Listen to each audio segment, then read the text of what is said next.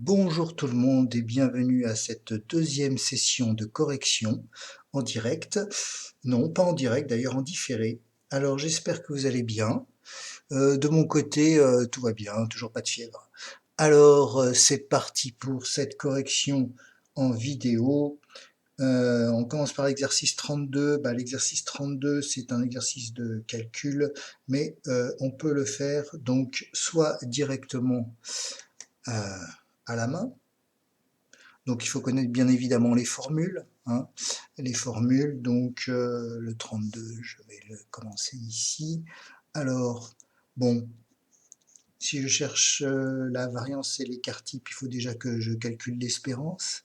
Donc l'espérance, normalement, c'est P1 fois X1 plus P2 fois X2, etc. Donc j'écris juste le début, vous avez normalement compris. Voilà, etc. jusqu'à le dernier, c'est 0,2 fois 3. Et on calcule ça. Ensuite, on peut calculer donc la variance, une fois qu'on a calculé l'espérance. Donc, c'est 0,1 facteur de moins 3 moins l'espérance que j'ai trouvé au-dessus, le tout au carré, plus, etc., plus dernière valeur, 0,2 facteur 2, 3 moins l'espérance que nous avons trouvée précédemment au carré.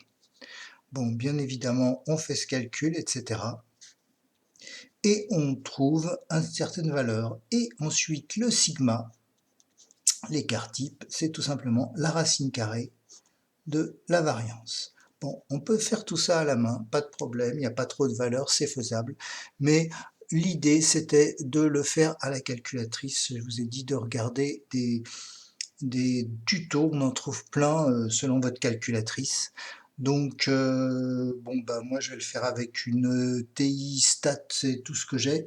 Donc, c'est-à-dire un petit peu le modèle en dessous de ce que vous avez en général. Hein, c'est le dinosaure de la calculatrice TI. Alors, on allume comme ça, voilà. Ah il y a déjà le résultat, c'est fort dommage. Alors, l'idée, c'est d'appuyer sur le bouton Stat. Ici, vous allez dans Edit, ok. Ah zut, il y a déjà une statistique qui est dedans, donc il va falloir effacer. Je reviens dans Stat. Ici, je vais dans Effacer liste, Entrée. Il me fait effacer liste. Donc, quelle liste effacer? Eh bien, je vais les mettre dans L1 et L2. Donc, L1, c'est seconde 1. Vous voyez le petit L1 en bleu ici, je pense que vous ne le voyez pas, mais sur votre calculatrice, vous devez le voir.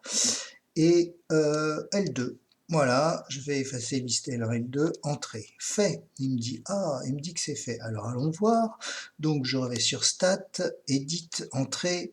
Ah, je n'ai plus rien, super, je vais pouvoir entrer mes valeurs. Donc dans L1, je vais mettre X et dans L2, je vais mettre la probabilité de chaque valeur. Donc, moins 3, entrée, moins 1, entrée, 1, entrée, 3, entrée.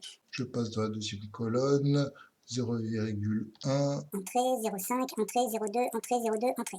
Voilà, j'ai fini ma statistique. Maintenant, je vais lui faire tous les calculs d'un coup. Donc, j'appuie sur Stat et là, je vais dans Calque, donc le deuxième onglet. Deuxième onglet, Stat, une variable. C'est exactement ce qu'on a, c'est une statistique à une variable, il n'y a que X. Donc je rentre là-dedans, il me fait stat une variable, et là il va falloir que je lui écrive que la statistique à une variable, c'est par rapport à la colonne L1 et L2. Donc seconde 1 pour L1, virgule, seconde 2, L2 pour L2. Entrée, et voilà, il me sort tout d'un coup. Donc là, j'ai quoi? J'ai un X bar qui vaut 0. Alors qu'est-ce que c'est que X bar? X bar, c'est pour les statistiques, c'est l'espérance pour les probabilités. C'est la même chose. Donc ici, j'ai 0. Ensuite, il me donne sigma de x. Bon, c'est la somme des x.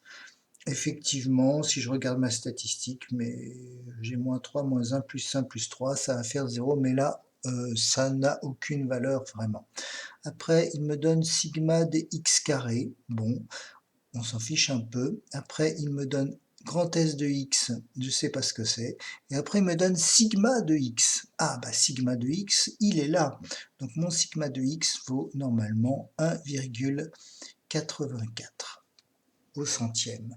Maintenant, il me donne pas la variance, mais la variance, finalement, puisque le sigma c'est la racine carrée de la variance, je vais pouvoir retrouver ma variance en mettant 1,84 au carré.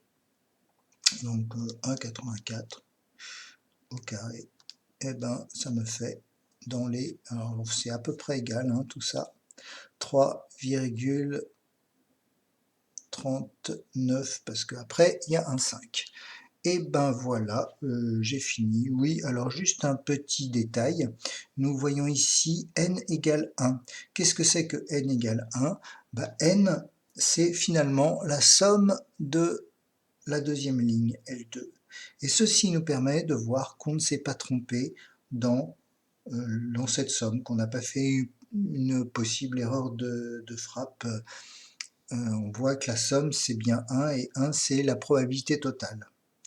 Et ben voilà, je crois que c'est fini pour cet exercice. Ok, on passe au 36, page 322. Donc voilà, on a un petit tableau de notre probabilité et on doit calculer P de x supérieur ou égal à 1. Alors qu'est-ce que c'est que P de x supérieur ou égal à 1? Eh ben c'est bien évidemment P de x égale 1 plus P de x égale 2 plus P de x égale 4. Voilà. C'est ce qu'on a ici, 1, 2, 4, qui est supérieur à 1. Ce qui nous fait 0,65. Ensuite, on nous demande P de x compris entre 1 et 2. Compris entre 1 et 2, ça veut dire que il n'y a que deux valeurs possibles, c'est P de x égale 1 plus P de x égale 2, ce qui nous donne 0,45. Ensuite, P de x strictement inférieur à 2, ça nous donne que deux valeurs pour x, c'est-à-dire P de x égale 0 plus P de x égale 1, ce qui nous donne 0,6. Et voilà, c'est fini. Et le 46. Alors, qu'est-ce qu'il dit le 46? On lance simultanément deux dés cubiques équilibrés dont les faces sont numérotées de 1 à 6. Donc S, c'est la somme, variable aléatoire qui associe la somme de ces deux dés. Par exemple, là, j'ai fait 6 comme somme. Là, j'ai fait 7. Là, j'ai fait 6. Bon, on a compris. Donc, l'idée, c'est qu'on va pouvoir avoir des valeurs. Normalement, la plus petite valeur, il me semble que c'est 2, et la plus grande valeur, ça va être 12. Et peut-être toutes les valeurs intermédiaires. Alors, on pourrait faire un arbre de probabilité comme on l'a fait. Bon, il va être un peu grand, mais c'est faisable. Et après, répertorier toutes mes sommes. Mais finalement, le plus simple pour avoir quelque chose de rapide et de synthétique, c'est peut-être de faire un tableau. Donc, le voici, ce tableau. J'ai mon dé numéro 1, j'ai mon dé numéro 2, et j'ai ici mis la somme de ces deux dés. Et je m'aperçois que ça fait comme ça, par exemple, pour avoir 5, j'ai finalement 4 façons d'avoir 5. J'ai 1, 2, 3, 4, 5, non, j'ai 5 façons d'avoir 6. Et ce que j'ai le plus de chances d'avoir, c'est 7, puisque j'en ai 1, 2, 3, 4, 5, 6.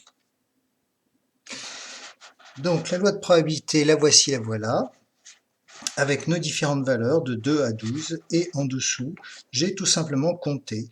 Donc pour obtenir la somme égale à 2, il n'y a qu'une valeur possible, et une valeur possible sur combien de valeurs en tout, sur combien d'événements, d'issues possibles, et bien sur 36, il y a 36 issues possibles, donc une chance sur 36. Ensuite, pour avoir la valeur 3, il y a 2 chances sur 36, etc., etc., jusqu'à, donc ça monte jusqu'à 6 sur 36, et ensuite ça redescend jusqu'à 1 sur 36 pour 12. Et bien voilà, c'est fini pour la première partie de cet exercice. Alors, il y a un petit 2 quand même, donc cette fois-ci on doit faire la différence absolue des 2D, donc quelque chose qu'on a déjà expérimenté dans le jeu de Brosouf. Là, par exemple, la différence c'est 4. Là, la différence c'est 3. Et là, la différence c'est 5. Donc, même principe, je peux faire un arbre de probabilité et comptabiliser, mais finalement, un petit tableau me paraît plus efficace. Donc, j'ai fait mon tableau avec la différence, et qu'est-ce que je m'aperçois? Je m'aperçois que pour avoir 1, j'ai 1, 2, 3, 4, 5, 6, 7, 8, 9, 10. 10 façons d'avoir 1. Pour avoir 2, j'ai 1, 2, 3, 4, 5, 6, 7, 8. Il y a 8 façons d'avoir 2. Ce qui nous donne la loi de probabilité suivante. Donc la différence qui vaut entre 0 et 5 et la probabilité. Donc la probabilité d'avoir 0, j'ai 6 issues, 6 éventualités, sur combien en tout? Toujours sur 36. 1, on a dit 10 sur 36, 8 sur 36, etc. Voilà ma loi de probabilité. Et c'est fini pour aujourd'hui.